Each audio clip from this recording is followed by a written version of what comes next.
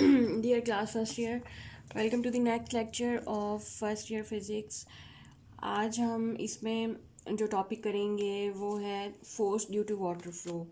और बेसिकली हमें क्योंकि अभी लीनियर मोमेंटम के बारे में ही पढ़ रहे हैं, उसके कोलिजन्स के बारे में ही पढ़ रहे हैं, तो इस टॉपिक में भी हम देखेंगे कि अगर कोई वाटर पानी का पाइप है आपके पास और वो फोर्स लगा रहा है वॉल के ऊपर, तो वॉल भी उसके ऊपर एक फ़ोर्स लगाती है जो कि आप कैलकुलेट कर लेते हैं bye using second law of motion. और उसके बाद हम कैलकुलेट कर सकते हैं वेलोसिटी और मास ऑफ द वाटर। तो अगर कोई पानी किसी भी जगह पे स्ट्राइक करता है, फॉर एग्ज़ाम्पल आप एक पानी वाला पाइप लें, उसमें से टैप ऑन करें, पानी निकलेगा, उस पानी का प्रेशर होता है, एक फ़ोर्स होती है, उसको आप किसी वॉल पे अप्लाई करते हैं या स्ट्राइक करते हैं नॉर्मली। तो पानी दीवार के ऊपर एक फ़ोर्स लगाता है और हमें पता है कि एक फ़ोर्स रिएक्शन फ़ोर्स भी होती है जो कि दीवार उस पानी के ऊपर लगाएगी। तो अब वो फोर्स जो पानी के ऊपर लग रही है, फॉर एग्जांपल हम सपोज करते हैं कि water strikes wall normally with velocity v and comes to rest on striking the wall. अगर water with velocity v move कर रहा है और वॉल पे स्ट्राइक होने के बाद कुछ देर के लिए उसकी वेलोसिटी ज़ीरो हो जाएगी। तो इनिशियल वेलोसिटी हम कैलकुलेट करेंगे, वो v होगी, फाइनल वेलोसिटी ज़ीरो हो जाएगी। तो change in the velocity delta v हमारे पास क्या आएगा, zero minus v is equal to minus v। तो from second law of motion this force is equal to the momentum change per second of the water. तो अगर आपके पास m mass of the water है जो कि wall के ऊपर टकरा रहा है, तो then the time t, in the time t then force f on the water is, तो अब वो जो फोर्स होगी f वॉल फोर्स वाटर के ऊपर जो लगा रही होगी वो F होगी, और वो हम कैलकुलेट करेंगे minus by using second law of motion minus M V over T. देखें ये वो मैस है पर सेकंड जो वॉल के साथ टकरा रहा है, किस वेलोसिटी से टकरा रहा है, v वेलोसिटी के साथ। तो हम इसको लिख सकते हैं, ये आपके पास आ जाएगा माइनस मैस पर सेकंड और multiplied by change in velocity. अच्छा, इसी तरह से ये वो फोर्स है जो हमने वाटर के ऊपर, ये ऑन वाटर है, वाटर के ऊपर कैलकुलेट की, जो कि wall force of wall on water. अच्छा, इसी तरह की एक फ़ोर्स पानी भी, action reaction force, reaction force water भी वॉल पे लगाएगा। From third law of motion हम वो फोर्स किस तरह से कैलकुलेट करेंगे, वो मैग्नीट्यूड में इसी फोर्स के बराबर होगी, सिर्फ डायरेक्शन में अपोजिट होगी। तो can we write m minus M V over T. अब मैग्नीट्यूड मैंने यही लिया है पूरा और इसके साथ एक माइनस साइन लगा दिया, तो ये हमारे पास होगा एम वी ओवर टी। ये वो फोर्स है जो वाटर वॉल पे लगा रहा है। अब हम इसे क्या कुछ कैलकुलेट कर सकते हैं, फॉर एग्जांपल आप इसे कैलकुलेट कर सकते हैं, अगर force can be calculated from the product of mass. अगर ये फोर्स आप कैलकुलेट कर सकते हैं अगर आपको मास पर सेकंड दिया गया हो और साथ वेलोसिटी, जिस वेलोसिटी के साथ वाटर मूव कर रहा है वो दी गई हो। फॉर एग्जांपल जैसा कि यहाँ उसने जो एग्जांपल दी हुई है, suppose the water flows out from A pipe, water बाहर आ रहा है किस वेलोसिटी के साथ, 3 किलोग्राम पर सेकंड। तो इसका मतलब है कि m ओवर t आपको दिया गया है 3 किलोग्राम पर सेकंड। और किस वेलोसिटी के साथ ये वाटर बाहर आ रहा है, वेलोसिटी जो चेंज हो रही है वो v है 5 मीटर पर सेकंड। तो अब अगर इस फार्मूले में आप दोनों वैल्यूज़ पुट करेंगे तो फोर्स आपके पास आ जाएगी, force is equal to 3 kilogram per second multiplied by 5 metre per second minus zero. ये final velocity minus initially water at rest था, फाइनल वेलोसिटी उसके पास 5 थी, तो ये आपके पास आ जाएगा 15 kilogram metre per second square, या आप कह सकते हैं कि 15 न्यूटन। इसी तरह से एग्जांपल एक छोटी सी जो आपने सॉल्व करनी है, एग्जांपल 3.6, एक इम्पॉर्टेंट कॉन्सेप्ट है इसी में। एग्जांपल 3.6 देखें,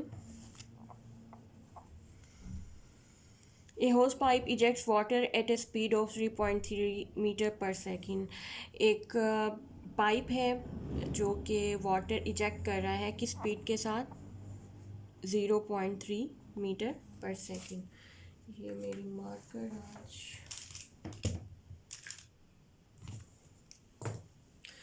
0.3 मीटर पर सेकेंड।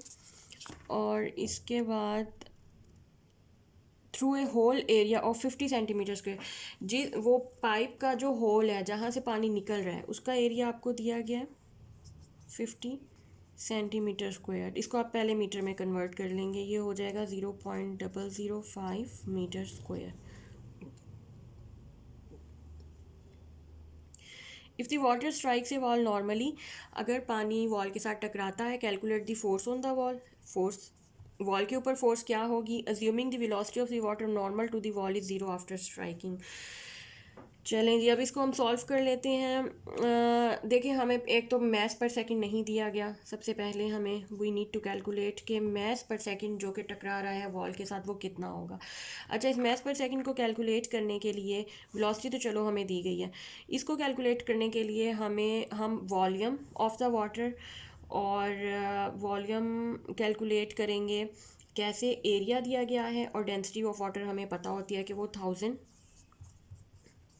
किलोग्राम पर मीटर क्यूब होती है। ये एरिया जो कि पाइप का है जिसमें से पानी निकल रहा है, इसको इस्तेमाल करते हुए we can calculate volume of water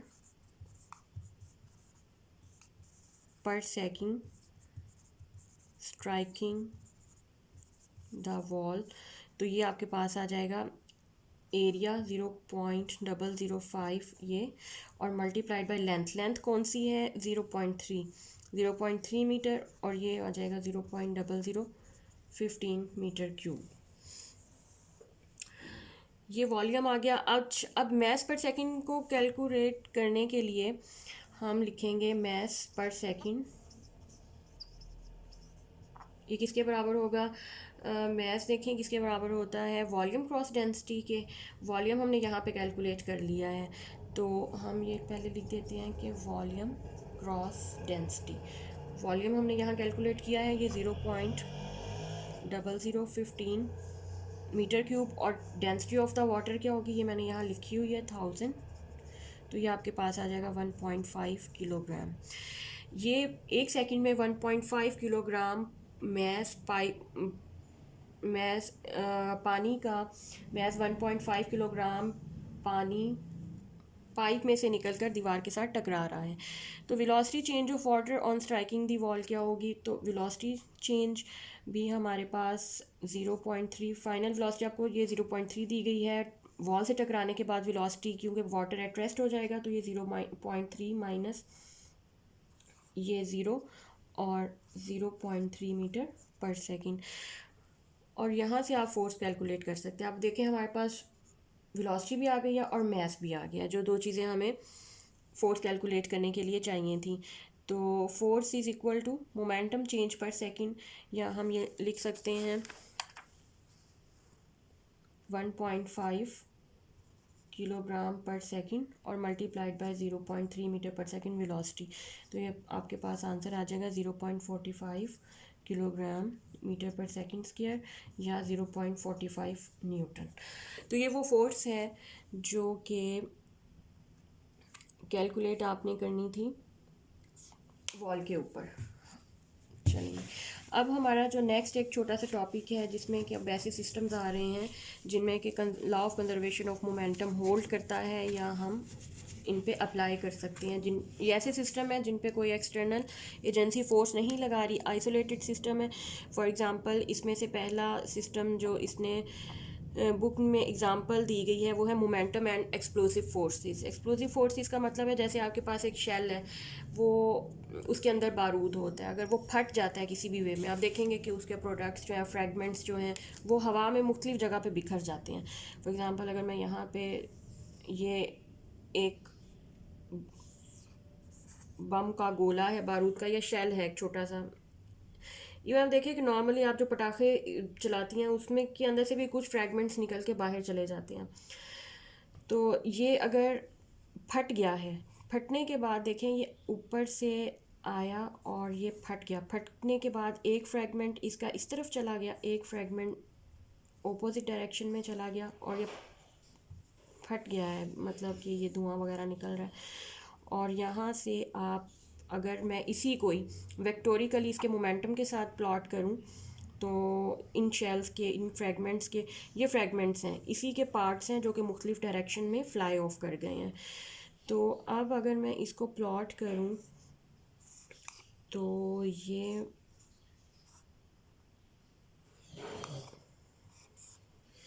बन जाएगा ये momentum M V, total momentum. For example ये आपका मोमेंटम है, इसका एम वी।